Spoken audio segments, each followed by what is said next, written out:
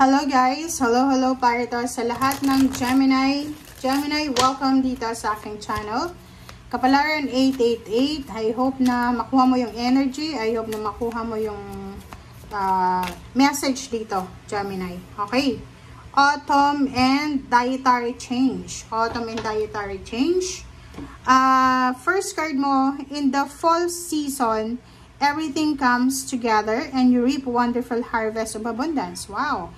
Congratulations sa'yo, Gemini, kasi etong barahang to, this is a manifestation na mayroong victory and success na posibleng darating sa'yo sa mga susunod na buwan, araw, and taon, especially during autumn season. So, if you are living in a country or continent na may season ng autumn, spring, or winter, summer, pwede kang makaresonate dito. Okay, so, kung halimbawa ngayon, Gemini, masyado kang nag-aalala kung ano yung mangyayari sa iyo sa next mong buhay or sa mga susunod na taon, dito sinasabi, wag nang mag-alala kasi lahat ng mga ginagawa natin sa ngayon, yung outcome niyan, yung result niyan is the future. So, wag kang mag-aalala para sa future mo. Okay? Gemini, dietary change. Dito sinasabi ng baraha na oras na para ayusin natin ang diet natin.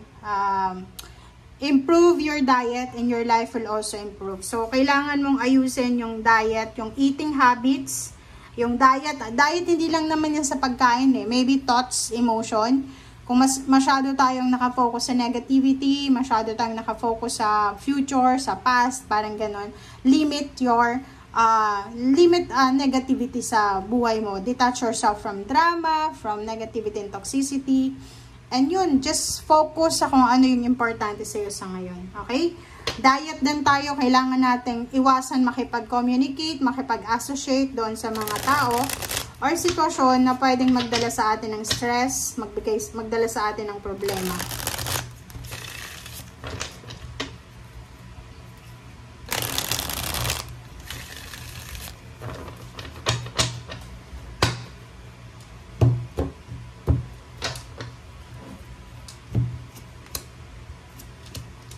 Okay, first two cards natin is 4 of Cups and 4 of Rods.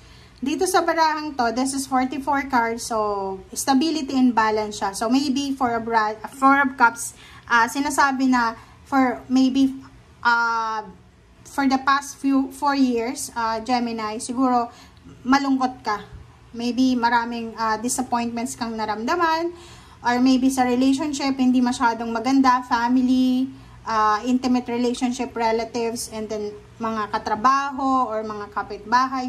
Yung parang hindi maganda, you're always negative sa mga, kumbaga, pakikitungo kasi ilang beses kang nabitray, ilang beses kang siniraan, ganyan, ganito. So, dito sinasabi ng baraha sa'yo na, sinasabi ng baraha dyan na 4 of Rods, lahat ng yan na negative, na toxic, imbalance, or unstable na sitwasyon, lalo na sa emotion, sa past mo, ay posibleng maging stable. So, maybe merong mag-asawa, naghiwalay, dahil sa trabaho, pwedeng magsama na ulit, long distance relationship, family members na nag-away-away, nagkatampuhan, misunderstanding, or anything.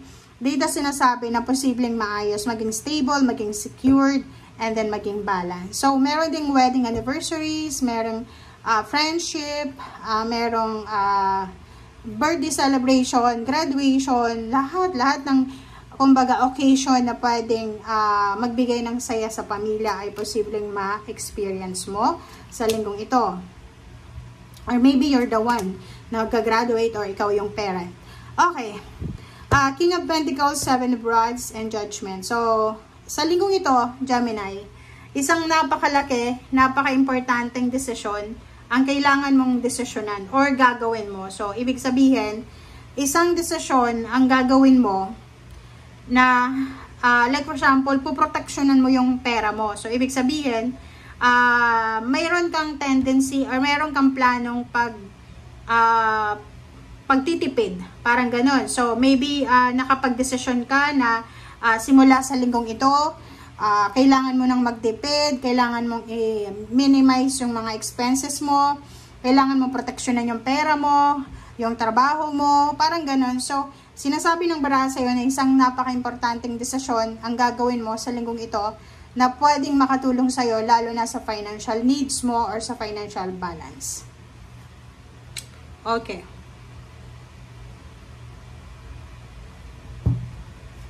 Okay, so the lovers, nakikita natin wala namang masyadong problema sa relationship.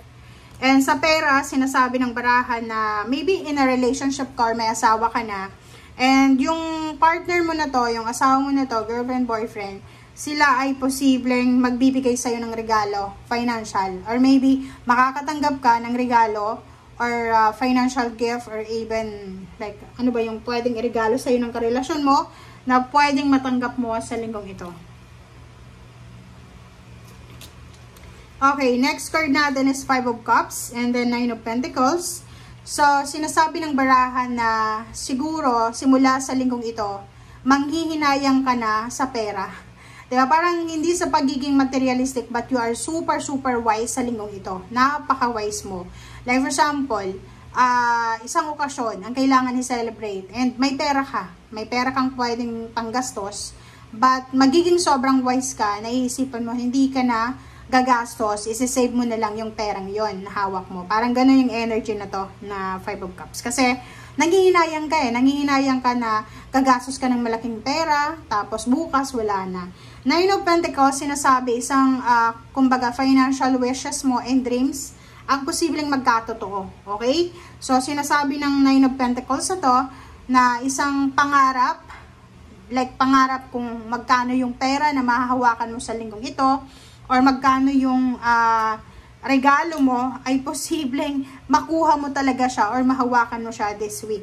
So, yung Page of Rods, sinasabi ng baraha sa'yo na in the future, eto yung naghihintay sa'yo.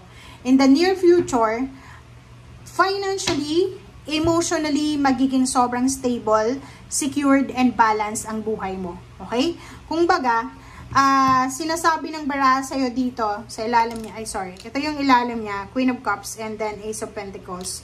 So, if you're looking for a job, yung parang medyo matumal yung negosyo, naghahanap ng trabaho kasi sobrang baba ng sweldo, dito sinasabi ng baraha na huwag kang mag-alala kasi hindi tatagal, hindi, magbilang ka lang ng buwan, or maybe 1 year na yung pinakamatagal dito, sinasabi na you will get your dream job, your dream company, your dream relationship, or dream house, or kung ano man tong dream, or financial dream, or emotional dreams mo, na, kumbaga, nagiging motivation mo. Okay? So, yan guys ang sinasabi ng baraha. And then, sa ilalim niya, meron din pala dito na Chariot, and then the Devil. So, kung gusto mong mag-travel, gusto mong mag-relocate, tuloy mo lang, kaya huwag kang padadala sa tukso, or sa mga sinasabi ng tao dyan sa paligid mo, lalo yung may mga balak na pumunta ng ibang bansa or pumunta sa ibang lugar. Okay? Thank you guys. Bye!